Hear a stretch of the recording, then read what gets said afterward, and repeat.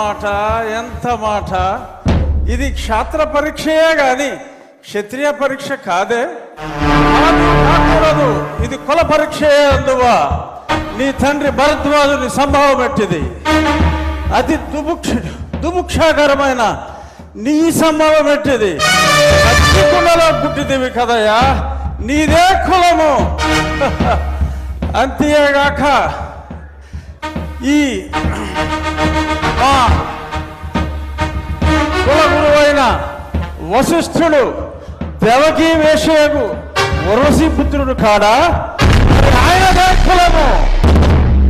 ఆయన పంచమజాతి కన్యకు అరుంధతి యందు శక్తిని, ఆ శక్తి చండాగణ యందు పరాశరుని, ఆ పరాశరుని పల్లె పడుచైన మత్స్యగంధి యందు మా తాత వ్యాసుని, ఆ వ్యాసుడు విధవరాండ్లైన మా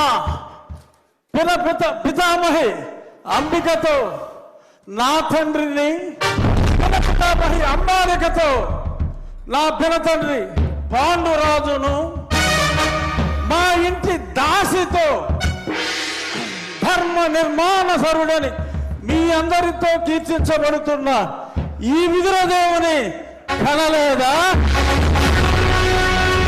నాతో చెప్పిందేమయ్యా? భక్తి క్షత్రబీజ ప్రాధాన్యములతో సంకరమైన మా గురువంశము